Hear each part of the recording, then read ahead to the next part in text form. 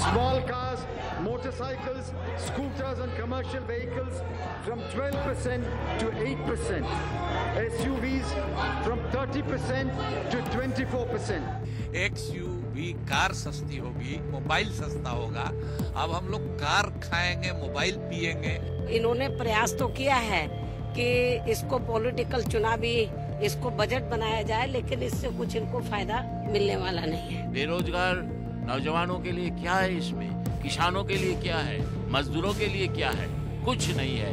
पूरे तौर पर निराशाजनक है और बिहार और बिहार जैसे गरीब और पिछड़े राज्यों के साथ तो धोखा है।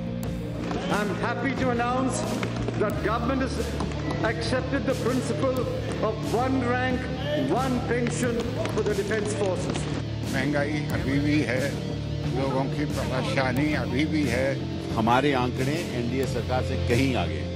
बजट पूरा बकवास बजट है। ये एक विदाई का बजट है। ये जाती हुई सरकार का मरसिया है एक तरह से। 10 साल पहले क्या हाल थे? बिजली उत्पादन कितना कम था, कितना बढ़ गया। कोल का उत्पादन कितना कम था, कितना बढ़ गया। ये बजट कांग्रेस पार्टी का इलेक्शन मैनिफेस्टो तैयार करने के लिए जो आंकड़ा का जरूरत है, बजट वही आंकड़ा दिया गया। बड़ी कठिन पृष्ठभूमि के अंदर एक संतुलित बजट उन्होंने दिया है। तो ट्रेनिंग है कि आलोचना करो, बस गालियां दो, गालियां दो, गालियां दो। इससे तो बेहतर होता है कि इनको ये जो है वो कांग्रेस पार्टी का जो आने वाले चुनाव का घोषणा पत्र है वो पढ़ देते। नमस्कार, प्राइम टाइम में मैं कादम्बिनी शर्मा हूं आपके साथ। वित्त मंत्री पी चिदम्बरम ने अंतरिम बजट पेश कर दिया है। जिस तरह हर साल बजट के पहले सांस रोककर इंडस्ट्री या आम लोग इंतजार करते थे, वो मामला इस बार नहीं था। लेकिन तो भी ये बजट नॉन इवेंट नहीं रहा, ऐसा जानकार कहते हैं। इसमें कुछ सेक्टर्स को आगे बढ़ाने की कोशिश की गई, कुछ मिडिल क्लास को राहत देने की कोशिश की गई, लेकिन ऐसा कहा जाए कि आम लोगों के लिए बहुत कुछ था तो वो गलत होगा।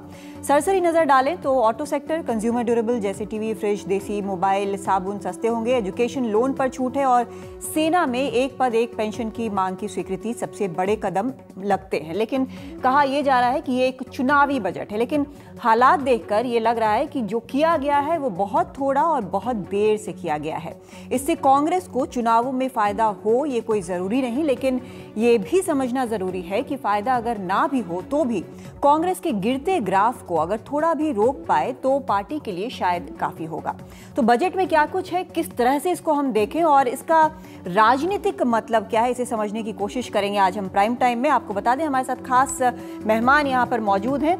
सबसे पहले आपको बता दें दिल्ली में यहाँ स्टूडियो में शिशिर सिन्हा हमारे साथ, सीनियर असिस्टेंट एडिटर हैं हिंदू बिजनेस लाइन के, और प्रसेनजीत बोस हैं, लेफ्टिस्ट इकोनॉमिस्ट हैं और अच्छे से समझाएंगे कि इसका क्या आम लोगों पर असर होगा। नीरजा चौधरी हैं, वरिष्ठ पत्रकार हैं, हमारे साथ मुंबई से जुड़ रही हैं, और बाकी जो पार्टी हैं उनके खास जो रिप्रेजेंटेटिव्स हैं वो कुछ ही देर में हमारे साथ होंगे। लेकिन शिशिर, सबसे पहले मैं आपसे पूछना चाहूँगी, क्योंकि लंबे समय से आप बिजनेस कवर कर रहे हैं, जिसे हम लगातार सुबह से हम सुन रहे हैं, कई लोगों ने बोला जो काफ़ी समय से देख रहे हैं कि एक पॉपुलिस्ट बजट है, एक चुनावी बजट है और इसमें कांग्रेस ने फ़ायदा उठाने की कोशिश की है। क्या आपको इस बजट के प्रोविजंस देखकर ऐसा लग रहा है कि इस तरह का बजट है कि कांग्रेस इसको एक चुनावी बजट, पॉपुलिस्ट बजट, ये सब कुछ कहा जा सके? निश्चित तौर पर चुनाव को ध्यान में रख करके काफ़ी कुछ इसमें किया गया। और देखिए, खास तौर पे जो लुभाने की कोशिश है वो युवाओं को है। ऑटोमोबाइल सेक्टर, ये बात सही है कि ऑटोमोबाइल सेक्टर काफ़ी परेशानी में है, उनको एक मदद की ज़रूरत थी, उस मदद को मुहैया कराया गया है। लेकिन एसयूवी पर टैक्स घटाना ये हमारी समझ से बाहर है, ऐसा नहीं होना चाहिए था। दूसरा, अगर आप देखें कई तरह के जो इलेक्ट्रॉनिक आइटम्स हैं, चाहे वो आपके माइक्रोवेव ओवन हो या फिर आपके हेयर ड्रायर हो, यहाँ तक कि शेवर हो, ये सारी चीज़ों पर ड्यूटी कम कर दी गई, ये सस्ते होंगे। तीसरा, अगर युवाओं को लुभाने की बात अगर हम कहें तो एजुकेशन लोन है। एजुकेशन लोन के ऊपर जो इन्होंने रियायत दी है वो काफ़ी एक अच्छा कदम है।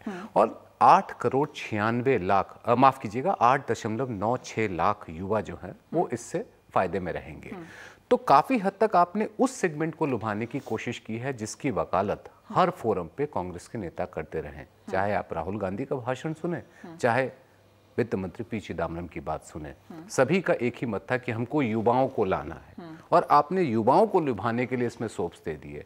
तो भले ही ये अंतरिम बजट है, आपको ये फर्क महसूस करना होगा कि अंतरिम बजट है, यानी कि ये सिर्फ और सिर्फ 4 महीने के खर्चों से निपटने का एक माध्यम है। आमतौर पे पूर्ण बजट नहीं है, लेकिन हमने पिछले जितने भी अंतरिम बजट देखे, लगभग 12 अंतरिम बजट आए हैं, और उसमें शायद ये दूसरा या तीसरा ऐसा मौका है जिसमें काफ़ी कुछ कहा गया, काफ़ी कुछ ऐलान किया गया। लेकिन मुझे अफसोस इस बात का है कि जो ग्रोथ को बढ़ाने वाले जो सेक्टर्स हो सकते थे, मैन्युफैक्चरिंग की आपने बात तो की है, इंफ्रास्ट्रक्चर कहाँ है? आज अगर हम सड़क की बात करें, इसके लिए आपको लॉ में अमेंडमेंट करने की जरूरत नहीं है।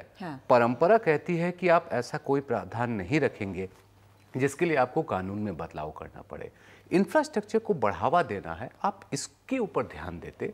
आप यदि प्रोसीजरल इश्यूज को सिंप्लीफाई करने की बात होती, इस पे ध्यान देते, तो हम समझते कि आप ओवरऑल ग्रोथ की बात कर रहे हैं। लेकिन आपने कुछ खास सेगमेंट को ही टारगेट किया है, और जो सबसे बड़ा पॉपुलिस्ट इस पूरे बजट की मैं बात कहूँ तो वो है 1 रैंक 1 पेंशन स्कीम।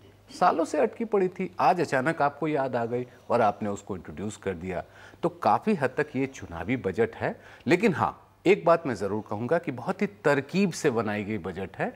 अब नई सरकार के लिए एक बड़ी चुनौती है कि इसके किसी भी प्रावधान को यदि वो रोल बैक करते हैं तो उनको गाली पड़ेगी। ठीक है, इस वक्त हमारे साथ राजीव देसाई भी जुड़ गए हैं, चेयरमैन और सीईओ हैं कॉमा कंसल्टिंग के, और संजय झा भी हैं हमारे साथ, कांग्रेस के नेता हैं, और कई चीज़ों का जवाब उनसे हमें लेना है। लेकिन पहले प्रसन्नजीत आपसे जानना चाहती हूँ कि शिशिर ने यहाँ पर जो कहा कि कई चीज़ें की हैं, लेकिन जो कर सकते थे बाकी सेक्टर्स में जो ग्रोथ के लिए ज़रूरी है, क्या आपको लगता है कि 4 महीने का वक्त था, अंतरिम बजट है, इसको बहुत ज़्यादा सीरियसली कहीं नहीं लिया जा रहा, और बहुत उम्मीदें भी नहीं थी, यहाँ तक कि जो इंडस्ट्री के लोग थे उनको भी बहुत ऐसा नहीं लगा था कि इस तरह से ऑटोमोबाइल सेक्टर में भी होगा, लेकिन वो हुआ।